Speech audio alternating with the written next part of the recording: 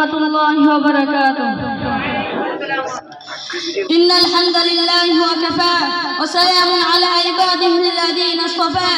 أما بعد فقد قال الله تبارك وتعالى: أعوذ بالله من الشيطان الرجيم.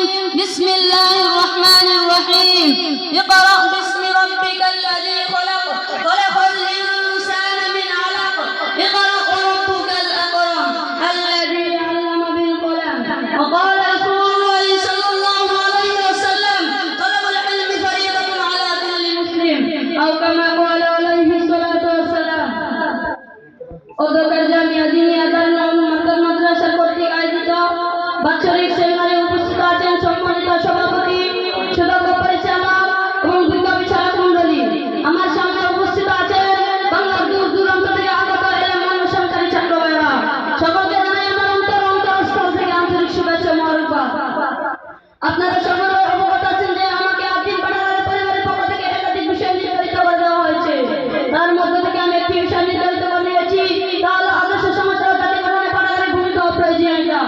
আল্লাহ চাহে তো উক্ত বিষয়ের প্রতি কিঞ্চিৎ পরিমাণ ফয়সালা ও আমার তৌফিক ইল্লা বিল্লাহ। প্রিয় উপস্থিতি, মানব জাতির সৃষ্টি শুরু থেকে হাজার হাজার বছর থেকে নানা রকম পরিবর্তনের মধ্য দিয়ে গড়ে উঠেছে আজকের এই সমাজ ব্যবস্থা। কোথাও অশান্তি দাবল তৈরি করেছে, আবার কোথাও শান্তি হয়েছে। সুস্থ ও সুন্দর সমাজ নির্মাণে অনেক কিছুর ভূমিকা রয়েছে, তবে তার মধ্যে থেকে অন্যতম হলো পাঠাগারের ভূমিকা। আমরা প্রথমে জেনে নেব পাঠাগার কাকে বলে।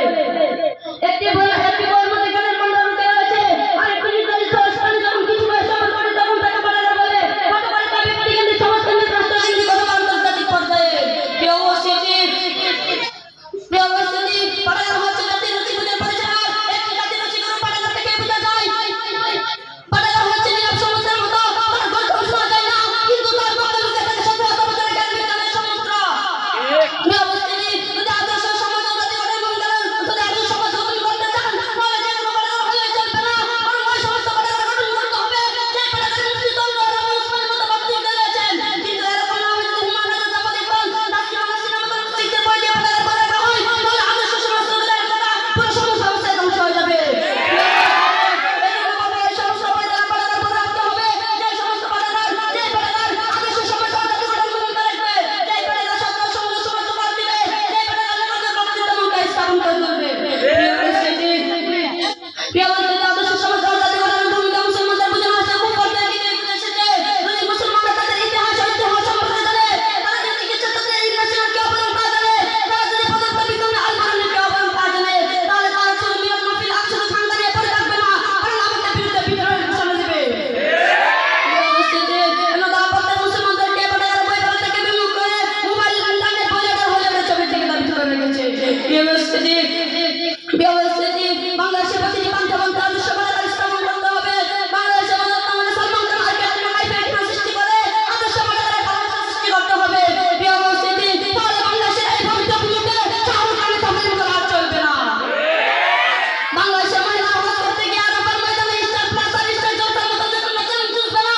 বাংলাদেশের ছেলেমেয়েরা বই পড়া বাদ দিয়ে মোবাইল ফেসবুক ইন্টারনেট বইলেটার হলে ছবি থেকে দাবি করে থাকবে না। অথবা অত্যন্ত দুঃখের সাথে বলতে হয়, আমাদের দেশে অধিক পরিমাণে আদর্শ পাঠাগার না থাকায় আজকে বাংলাদেশের শামসুর রহমান, হুমায়ুন আজাদ ওই সমস্ত লেখকদের বই পড়ে আমাদের দেশের তরুণ তরুণীরা নাস্তিকে পরিণত হচ্ছে। তাসলিমা নাসরিন তার বইয়ের মধ্যে লিখেছে, আমার দেহ আমার মন তাতে কেন আম্মাজান শামসুর রহমান বলে তাদের আলেম আওয়াজ নাকি তার কাছে বেশ্যার আওয়াজ মতো বলা হয়, বলেন নাউজুবিল্লাহ। প্রিয় উপস্থিতি,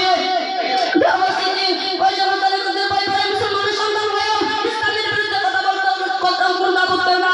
ওই সমস্ত লেখকদের কথা উল্লেখ করে আল্লাহ পাক রব্বুল আলামিন কোরআনে নির্দেশ করেন, উলাইকা আল আনাম বাল হুম আদাল ওয়া উলাইকা হুমুল গাফিলুন। তারা তো স্পষ্টর মতো বরং তার থেকে আরো নিকৃষ্ট।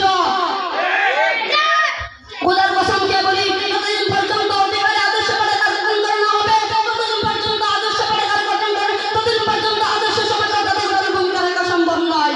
প্রিয় উপস্থিতি, আল্লাহ পাক রব্বুল আলামিন আমাদের সকলকে নিজ নিজ এলাকায় কমপক্ষে একটি একটি করে আদর্শ পাঠাগার স্থাপন করার তৌফিক দান করুন, তাহলে সার্থক হবে আজকের এই সেমিনার। আল্লাহ পাক রব্বুল